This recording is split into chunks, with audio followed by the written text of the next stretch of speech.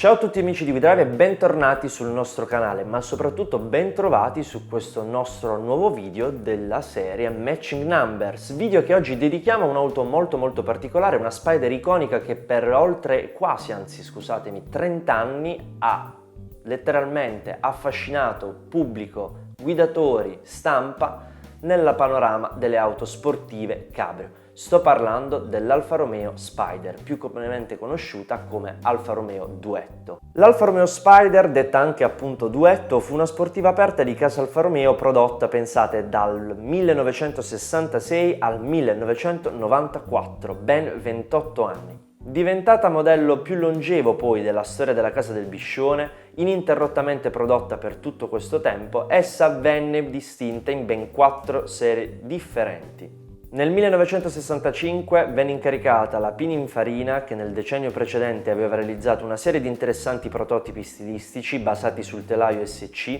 per partire su una base stilistica di questo gruppo, guidati poi da Aldo Brovarone e supervisionati da Franco Martinengo, furono capaci tutti quanti di realizzare un bozzetto che riuscì ad approvare e ottenere un consenso notevole in casa Alfa Romeo. Il Duetto, così chiamato, fu l'ultima vettura nata sotto lo sguardo della carrozzeria torinese, che venne poi a mancarne con il suo capostipite poche settimane dopo la presentazione al pubblico, avvenuta il 10 marzo del 1966, durante il 36esimo Salone di Ginevra. Particolare menzione va fatta poi per la scelta del nome, dove fu indetto un concorso dal titolo Spider 1006, dategli il nome, diventerà famoso.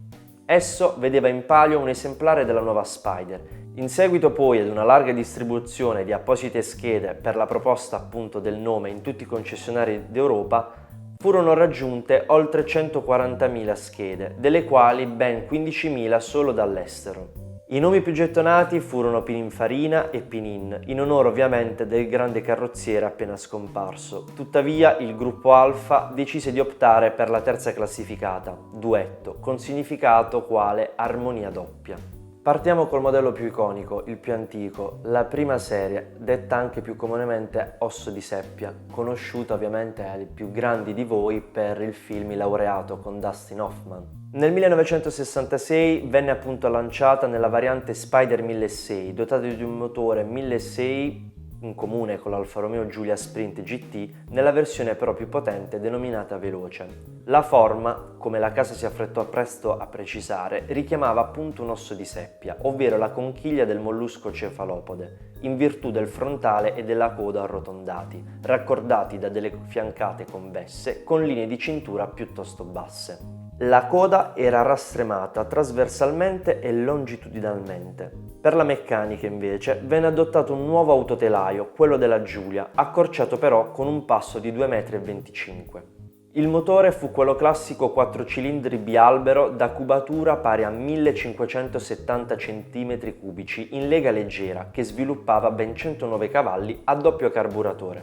Nel 67 alla già celebre 1006 fu poi affiancata la versione definitiva, quella un po' più sportiva, conosciuta come 1750 Spider Veloce, che, al contrario della prima, montava un motore più potente capace di erogare ben 118 cavalli. Nel 1968, poi successivamente, al fine di poter offrire una Duetto ad un prezzo inferiore, fu affiancata nella produzione anche una versione un po' più economica, definita Spider 1003 Junior, che si distingueva esteticamente per l'assenza della calotta ai fari anteriori, per i deflettori fissi e per una diversa posizione delle gemme laterali delle frecce. Il motore però rimaneva lo stesso della GT 1003 Junior, con una cilindrata di 1290 cm3 ed 89 cavalli, un po' meno rispetto alle altre. Nel dicembre del 68 la Spider 1006 venne messa fuori produzione, rimanendo in produzione la 1750 Spider Veloce e la più piccola ed economica Spider 1003 Junior. Passiamo adesso invece a parlare della sua seconda generazione, più comunemente anch'essa conosciuta come coda tronca. Presentata nel 1969 al Salone dell'Automobile di Torino, la seconda serie della Duetto si caratterizzava per il taglio della coda, appunto, al fine di avere una maggiore spinta in avanti determinata dai vortici d'aria. Vennero modificate così di conseguenza i paraurti, che furono portati in acciaio inox, e delle profilature in gomma per la protezione, Calotte e coprifaro rimasero invece di serie per la versione 1750 e solo successivamente sulla 2000, fino a circa il 1980, non furono mai adottate per la 1300 e la 1600 Junior, oltre ad un'inclinazione maggiore data dal parabrezza, che diede così benefici non solo per il design ma anche per l'aerodinamica.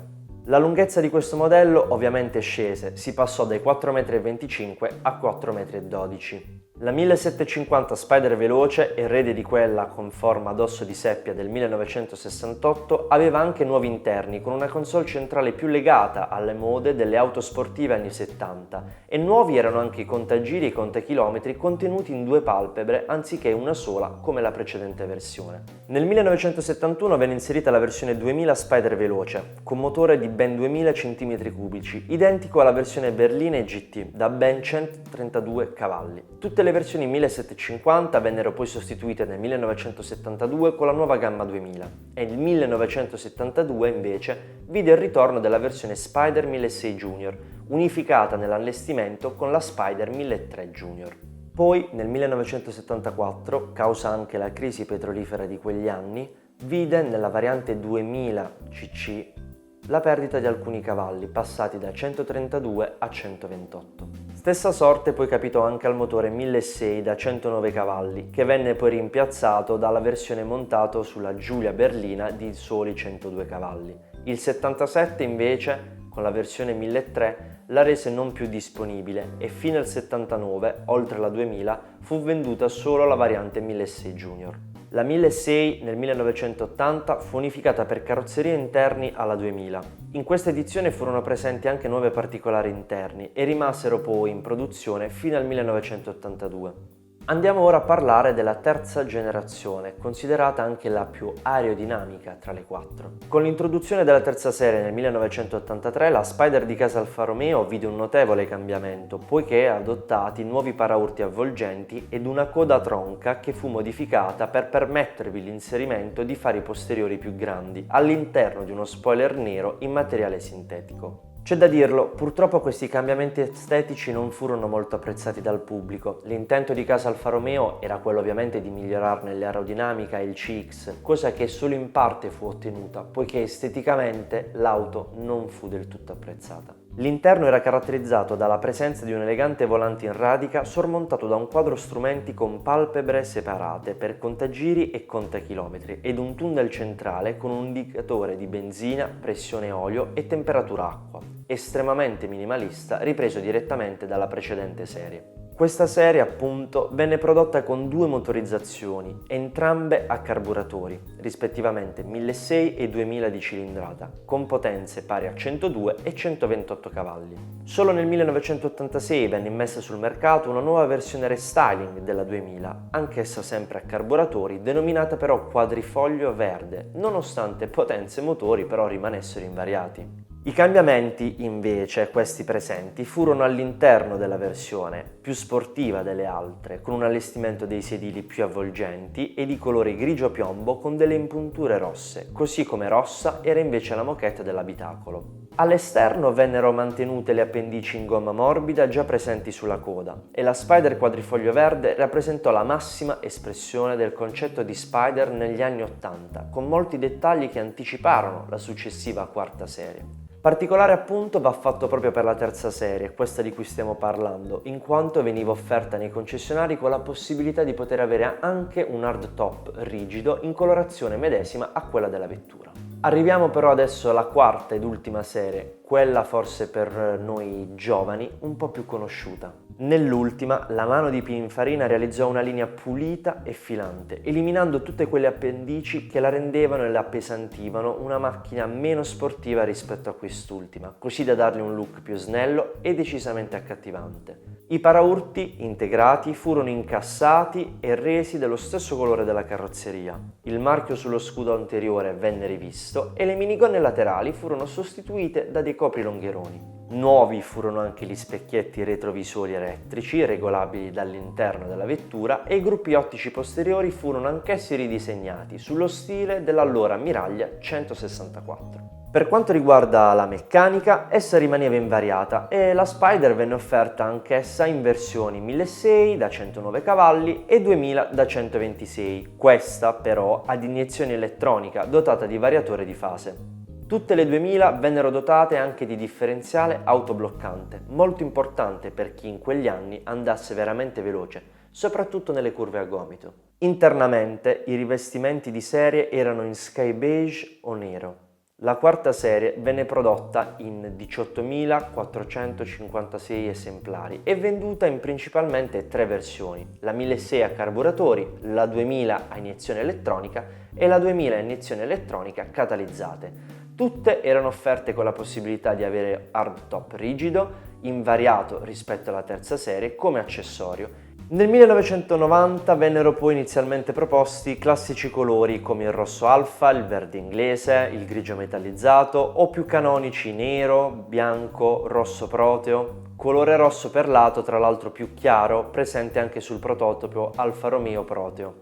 Ma fu solo nel 1992 che Alfa Romeo decise di inserire nella palette colori come optional l'iconico e straconosciuto giallo ginestra, con interni neri, questi ultimi che diventarono poi di serie anche per altre colorazioni sempre dal 1992. Venne poi offerta anche la possibilità, come optional, di poter avere degli interni completamente in pelle rossa, abbinabili magari con classici colori esterni quali nero o bianco. Per quanto riguarda il mercato americano, tutti i modelli esportati oltreoceano furono poi dotati, ovviamente, di aria riscaldabile e interni in vera pelle, ahimè solo i sedili, senza contare che vennero ovviamente cambiati quadro strumentazione da contachilometri a contamiglia.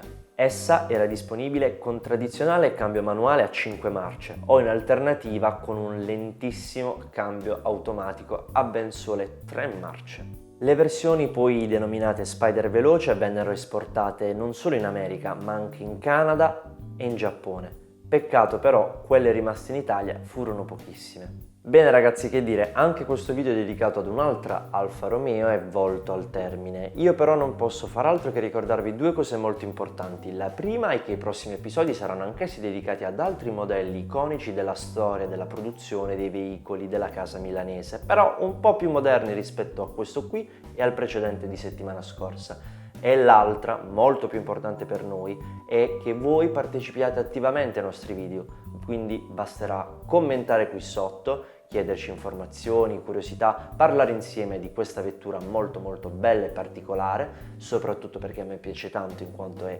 cabrio, è una Spider, e non dimenticarvi di iscrivervi al nostro canale, lasciando anche un mi piace a questo video, seguendoci soprattutto sulle nostre pagine social Facebook ed Instagram e di non dimenticarvi mai del nostro sito www.widriver.tv dove potete trovare tutti i nostri prossimi articoli.